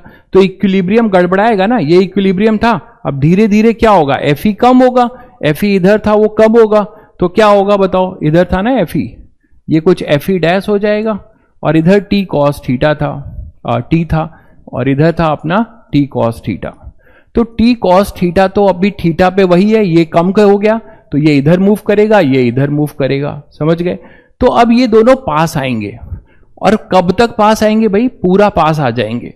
जब पूरा पास आ जाएंगे तो क्या होगा, अब यहां पे लगेगा कंडक्शन, पहला लेक्चर, जिस बच्चे ने कंडक्शन पढ़ा होगा वही ये क्वेश्चन फिर कर पाएगा। जब वो इस तरीके से यहां आके दोनों टच कर जाएंगे, दोनों चार्ज जो है टच कर जाएंगे, तो उनमें क्या होगा, कंडक्शन शुरू हो जाएगा कि नहीं बताओ। इनिशियली जो है इनमें चार्ज कितना था, Q, और यहां पे भी कितना था, Q, ठीक है, दोनों बॉल में। अब दोनों बॉल में ये देखो इधर, ये दोनों बॉल में चार्ज था Q, ठीक है। अब धीरे धीरे डीके हो गए, ये आपको क्लियर हो गया कि यहां पे डीके हो रहा है, ये डिक्रीज हो रहा है, तो डिक्रीज हो गए तो पास आएंगे, और पास आके टच कर जाएंगे, और जब ये टच कर जाएंगे तो इनमें क्या शुरू हो जाएगा, ट्रांसफर ऑफ चार्ज, कंडक्शन शुरू होगा, ठीक है, कंडक्शन शुरू होगा, क्योंकि एक डिस्चार्ज हो जा रहा है, और डिस्चार्ज होके पूरा जीरो हो जा रहा है, मतलब जब ये यहां पर आएगा ना तो ये Q रहेगा, और ये Q क्या हो चुका होगा, जीरो, समझ गए। ये Q जो है आपका Q रहेगा, ये वाला डिक्रीज हो रहा है, लिखा था ना क्वेश्चन में, डिक्रीजिंग बाय डिस्चार्जिंग। अब इस पे नहीं ध्यान देना है कि कैसे डिस्चार्ज हो रहा है, कुछ हो रहा होगा, ठीक है, वो नहीं मेंशन किया है उसने, डिक्रीजिंग बाय डिस्चार्जिंग, कुछ भी करके यहां से हो सकता है वो चार्जेस हटाए जा रहे होंगे, ठीक है। तो अब यहां से ये घट के जीरो हो गया, ये Q, तो दो अलग अलग पोटेंशियल की कहानी बताई थी तुम लोगों को, तो दो अलग अलग पोटेंशियल के जब इस बॉल होंगे तो अपने चार्जेस जो है रीडिस्ट्रीब्यूट करेंगे, सो दैट दोनों कहां पर आ जाए, कॉमन पोटेंशियल पे। तो यहां से आपको कंडक्शन होगा, और ये केस बताया था कि दो आइडेंटिकल जब बॉडी टच होती है तो उनमें हाफ हाफ हो जाता है, हाफ हाफ ले जाते हैं। तो फाइनली अब आप समझ रहे हो कि इनमें जब कंडक्शन हो चुका होगा तो इनमें चार्ज क्या आ चुका होगा, आफ्टर टचिंग Q/2, और इसमें भी आ चुका होगा Q/2, और जैसे ही Q/2 आ चुका होगा अब ये फिर रिपेल करेंगे, और रिपेल करके फिर जाएंगे, और जब फिर जाएंगे तो अब एक नया इक्विलिब्रियम स्टैब्लिश कर चुके हैं। ये है क्वेश्चन, ये तो बहुत बढ़िया क्वेश्चन है, ये चीज समझ पाना थोड़ा सा। ये देखिए यहां पर B बोला है ना इसने कि डिस्टेंस क्या हो गई है, B हो गई है। अब ये नया इक्विलिब्रियम अटेंड कर चुके हैं, तो हमें अब इस B के बारे में बताना है। तो अब ये बताओ भाई कि अब ये Q/2 है, और इधर भी अपना Q/2 है, तो अब नया इक्विलिब्रियम के लिए फिर से वो कंडीशन लिख सकते हो, ठीक है, जो अभी अभी आपने पहले वाले के लिए लिखा था। तो पहले वाले के लिए जो लिखा था उसके अकॉर्डिंग, और इसमें दोनों में डिफरेंस क्या आ जाएगा, A और B में चार्ज का ही तो डिफरेंस था। देखो आपने एक्सप्रेशन बनाया था, ये रहा, देखो ये रहा, KQ²/2L mg। ध्यान से देखो इधर, आपको दोबारा मेहनत नहीं करनी है।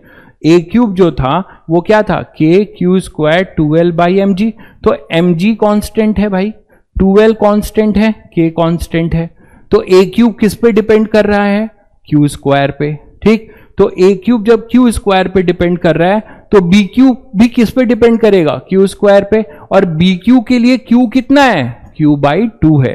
तो आप शायद आप समझ गए इसका आंसर, ठीक है। तो अब आप क्या लिखने वाले हो इसमें, बी डायरेक्ट मैं लिख रहा हूं, बी की वैल्यू क्या हो जाएगी, के क्यू स्क्वायर, तो क्यू बाई 2 हो जाएगा यहां पे, है ना, k q by 2 square 12 by m g. बताओ भाई, यही हो जाएगा ये बी क्यू। तो अब आपको बी क्यू मिल गया और ए क्यू मिल गया, तो दोनों का रेशियो पूछा था, आई थिंक क्या पूछा था आपसे, बी बाई या a by b, a q by b q पूछा था। ओके, तो a q by b q बता दो क्या हो जाएगा यहां से, a q by b q अब क्या हो जाएगा, a q by b q सब कट जाएंगे और कितना आ जाएगा, 2 ऊपर चला जाएगा, तो 4:1। तो ये आंसर होगा अपना a q by b q. Answer 2 कहां हो रहा है, 4:1 होगा ना, 2 का स्क्वायर होगा ना, 4 आएगा, बिल्कुल 4:1 होगा। स्क्वायर करो तो बाकी सब तो कट जाएंगे, के 12 mg कट जाएगा, क्यू कट जाएगा, 2 स्क्वायर, तो 4:1 होगा। निरुपम बता रहे हैं 8:1। 8 कैसे होगा बेटा,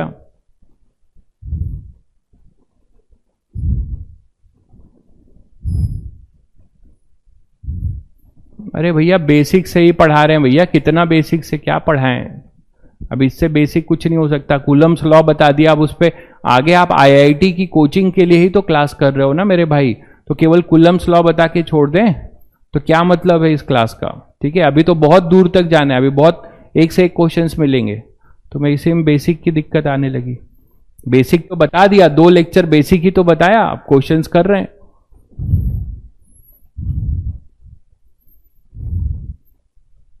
चलिए एक क्वेश्चन आप लोग करिए, इसका आंसर बताइए, आप लोग को करना है, ये देखने में बड़ा है बट आप बहुत आसानी से कर सकते हैं, करिए,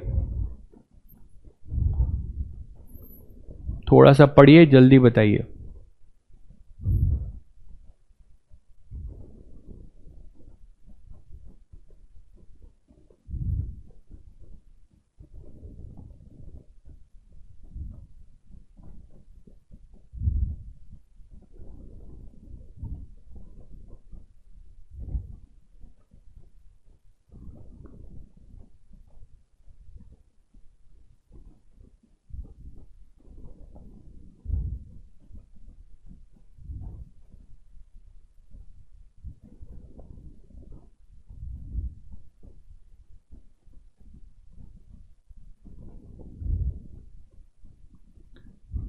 किसी का आंसर आया,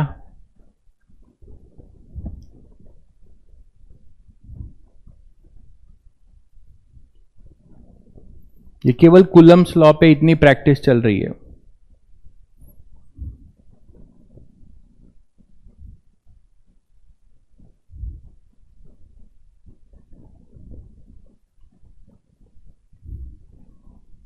B C D,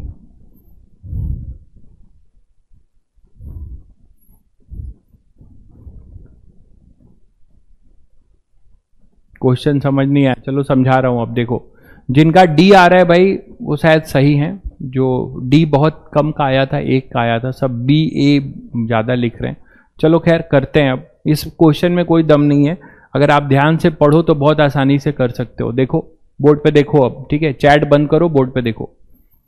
in frame 1 2 identical conducting sphere A and B. पहली बात यहां से आपको समझ में आई कि ये कैसे हैं, आइडेंटिकल हैं, तुरंत दिमाग में आ जाएगा कि अच्छा ये आइडेंटिकल हैं। A and b carry equal amount of excess charges, इन पे चार्जेस जो है इक्वल अमाउंट के हैं। तो जैसे इस पे मान लो हमारे पास था Q, तो इस पे भी कितना था Q, हो गया।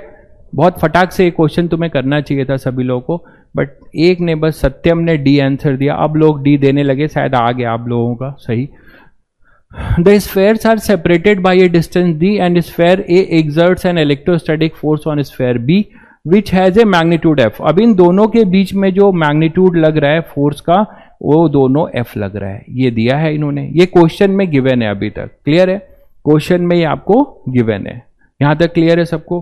अब आगे आ जाओ। A third sphere C which is handled only by insulated rod. Insulated rod से क्यों किया जा रहा है?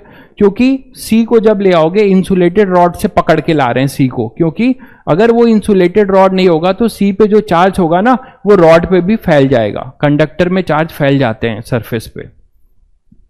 तो insulated rod is introduce in frame 2। तो फ्रेम 2 में यहां पे तुमने इंट्रोड्यूस कर दिया। Sphere C is identical to A and B। ठीक है, sphere C is identical to A and B except that it is initially uncharged। C में कोई चार्ज नहीं था शुरू में, तो C में चार्ज इनिशियली यहां पर कितना था? 0। इसको तुम A के साथ टच करा रहे हो, A के साथ, जिस पे चार्ज कितना है, मैंने कैपिटल Q लिया है तो आप कैपिटल Q से ही चलो। ठीक है, तो इस पे जो है टच कराओगे। तो अब मुझे बताओ कि C में चार्ज 0 है और A में चार्ज है Q। जब दोनों को टच कराओगे तो क्या क्या चार्ज आ जाएगा भाई, फटाक से बताओ? Q/2 आएगा कि नहीं आएगा? दोनों सेम है, तो यहां पे आपका जो है Q/2 तो यहां पे आ जाएगा Q/2 और इधर हो जाएगा C में Q/2। अब फिर थर्ड स्टेप क्या कर रहे हो कि इसको जो है B के साथ टच करा रहे हो। B में चार्ज कितना था पहले से? Q था, और C में कितना था? Q/2 था। तो और B और C के लिए क्या हो रहा है? देखो, ये B है, ये C है। B में चार्ज कितना था? Q, और C में कितना था? Q/2। जब दोनों को टच कराओगे तो क्या होगा बताओ? आइडेंटिकल है तो क्या होगा? टोटल चार्ज का हाफ हाफ चला जाता है। तो फिर से इसको क्या मिलेगा आपको? B को मिल जाएगा कितना? Q plus Q/2। Total charge कितना हो गया? 3Q/2। उसका हाफ कितना हो गया? 3Q/4। ये टोटल चार्ज कितना हुआ? 3Q/2। तो B को कितना मिल जाएगा? 3Q/4, है ना, आफ्टर कंडक्शन। और C को कितना मिल जाएगा? 3Q/4। ठीक, तो इसका मतलब अब फाइनली A पे चार्ज कितना था?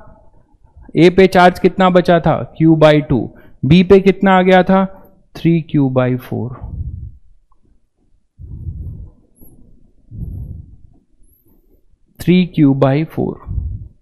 बोलो। तो फाइनली अब इस पे कुलम्स लॉ लगा सकते हो, A और B पे कुलम्स लॉ लगा लो, आपका आंसर मिल जाएगा। शायद आ गया होगा बच्चों का। F कितना था? F था KQ² बाई डिस्टेंस कितना था? D²। ठीक है, फाइनल क्या हो जाएगा? फाइनल F' लिख रहा हूं, वो क्या हो जाएगा? KQ/2 और 3Q/4 D²। यही तो होगा। तो यहां से तुम्हें क्या मिल जाएगा बताओ? F' कितना मिल जाएगा? F/8 मिल जाएगा, और 3F/8, सॉरी, ये कितना हो जाएगा? 3F/8। ठीक है, तो 3F/8 ये आपका आंसर हो जाएगा। तो आप क्या देख रहे हैं? एक बहुत बेसिक कॉन्सेप्ट जो आपको कंडक्शन की डिफिनेशन बताई थी, उस कॉन्सेप्ट पे ये क्वेश्चन आपने सॉल्व कर लिया। 3Q/4 कैसे आया? 3Q/4 कैसे आया? देखिए, या ऐसे आया। यहां पे पहले ये तो दोनों को टच कराया, तो ये क्लियर है, A और C को Q/2। ठीक है, अब यहां आ जाओ। जब आप C को B के साथ टच कराओगे तो B के पास चार्ज है Q और C के पास है Q/2। तो आपने अगर कंडक्शन पढ़ा होगा तो उसमें बताया था मैंने कि टोटल चार्ज, अगर आइडेंटिकल बॉल्स हैं तो पोटेंशियल सेम करने के लिए टोटल चार्ज का हाफ हाफ ले जाते हैं आफ्टर कंडक्शन। तो टोटल चार्ज कितना है देखो इस पे? B और C पे टोटल चार्ज कितना है? B प्लस C पे टोटल चार्ज है Q plus Q/4, that is Q/2। तो कितना हो जाएगा ये? 3Q/2। तो B C का टोटल चार्ज है, तो B को कितना मिलेगा और C को इसका आधा आधा मिलेगा, तो मतलब 3Q/4। तो जिसको ये नहीं समझ में आया था शायद समझ गया होगा वो। ठीक है, चलिए नेक्स्ट क्वेश्चन करते हैं।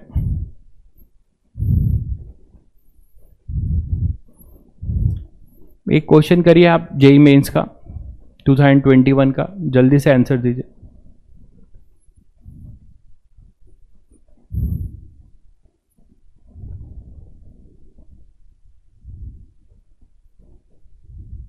अनसिमेट्रिकल बॉडी का भी आपको बताया भाई, ये स्पर्श आपने अगर पहली क्लास की हुई लेक्चर देखिएगा, आपको डिराइव करा दिया है जनरल फॉर्मूला, अनसिमेट्रिकल का भी कराया है R1 R2 लेकर। ये क्वेश्चन का आंसर बताइए जल्दी।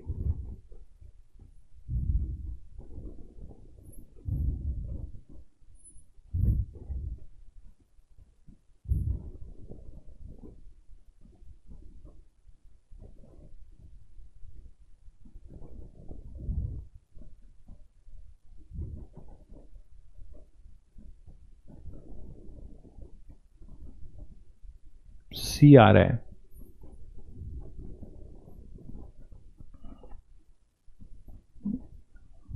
अरे 5, ये √4+1 क्या टाइप कर रहे हो? ABC में आंसर बताओ।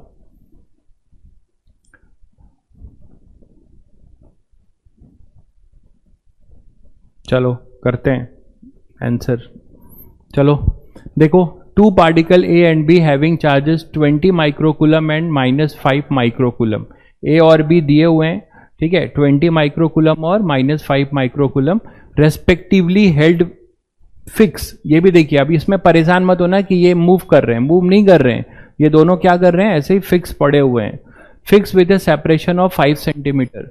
At what position A third charge, ये क्या कोई नई चीज है? अभी तक हम लोगों ने, अभी आज मैंने एक क्वेश्चन आपको कराया था, at what position A third charge particle should be placed so that it does not experience A net electrostatic. ये तो और आसान क्वेश्चन है भाई, ये तो और आसान क्वेश्चन है कि नहीं? मैंने जो आज क्वेश्चन कराया उससे आसान क्वेश्चन आया हुआ है आपके।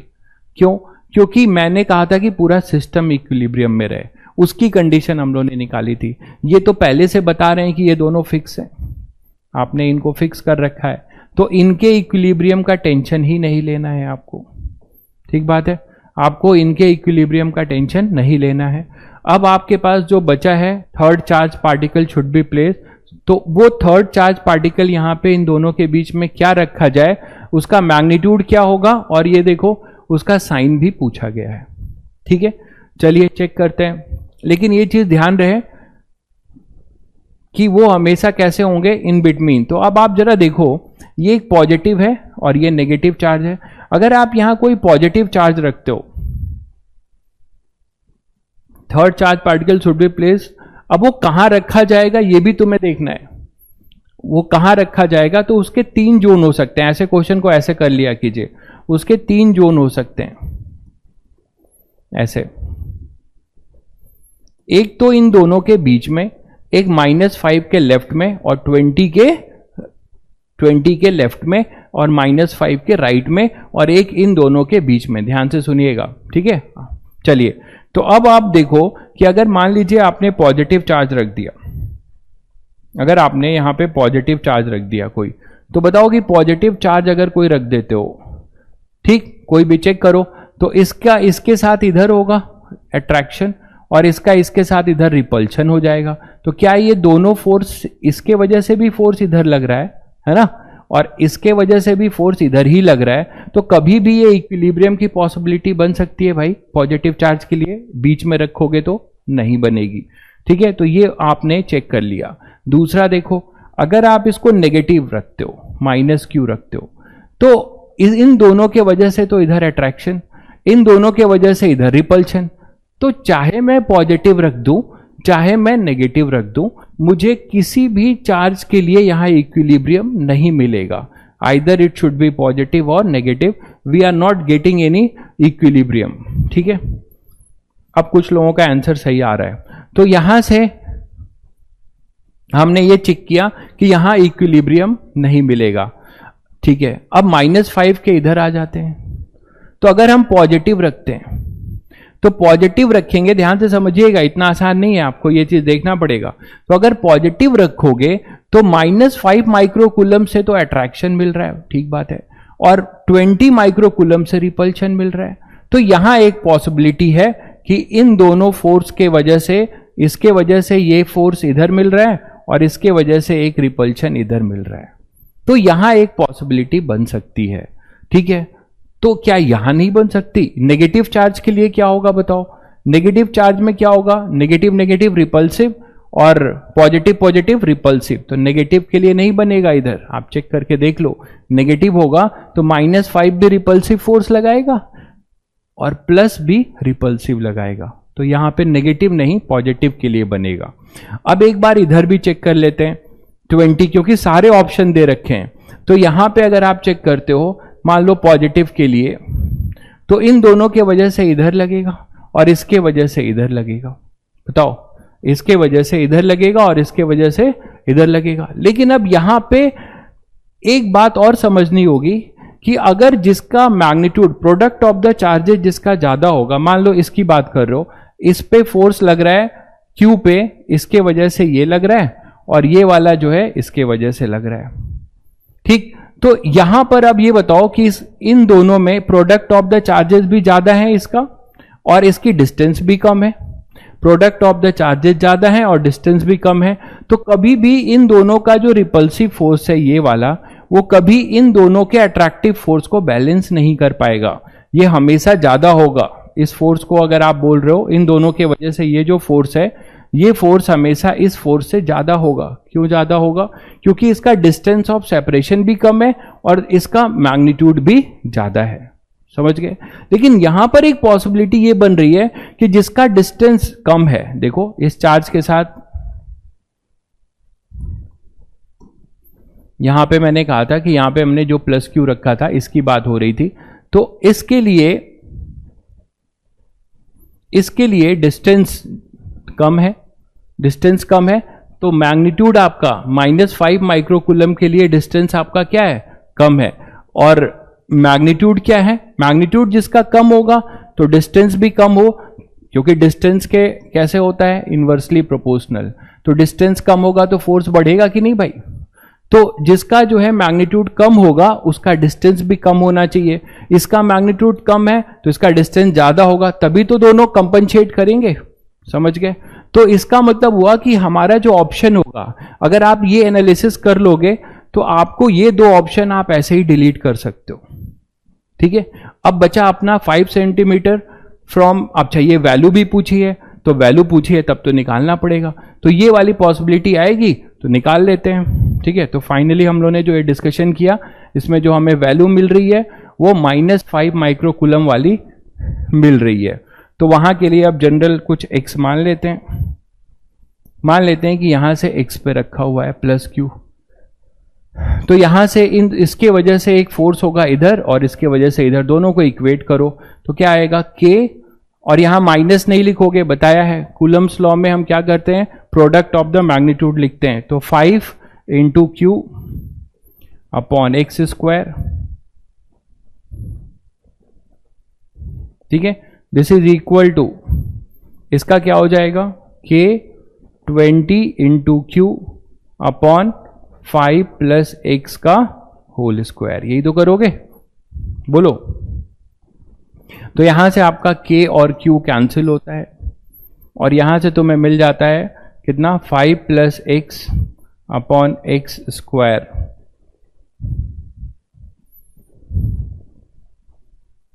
k q कितना था? ये 20 था, हाँ 20 + 5 + x, ठीक है, इज इक्वल टू, स्क्वायर कर लो, इक्वल टू 4।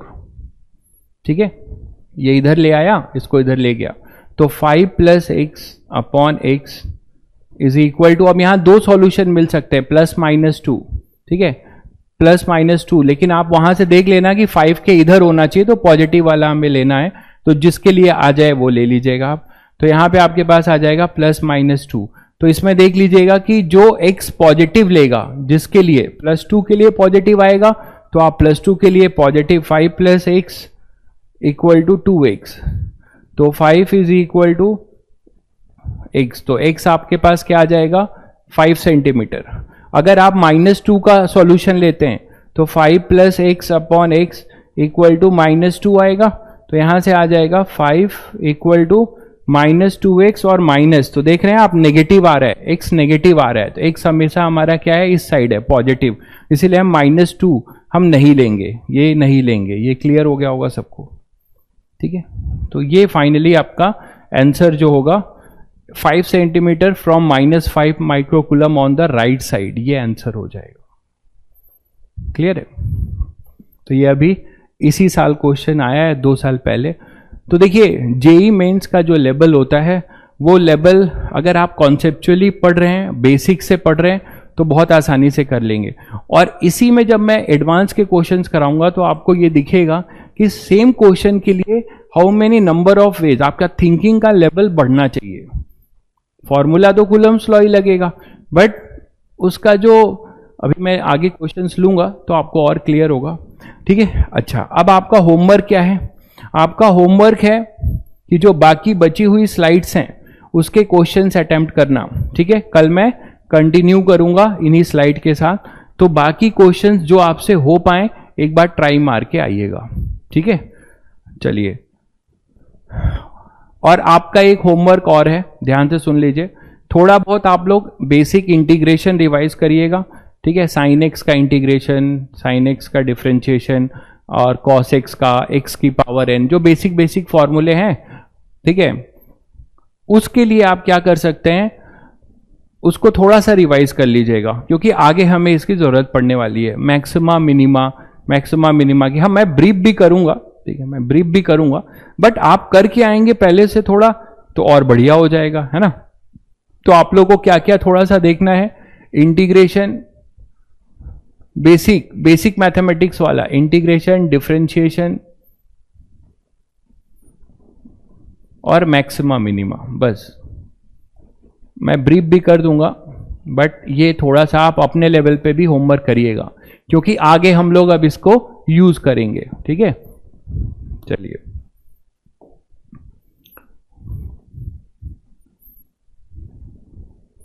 ठीक है, चलिए फिर आज के लिए इतना ही, मिलते हैं कल फिर। ओके।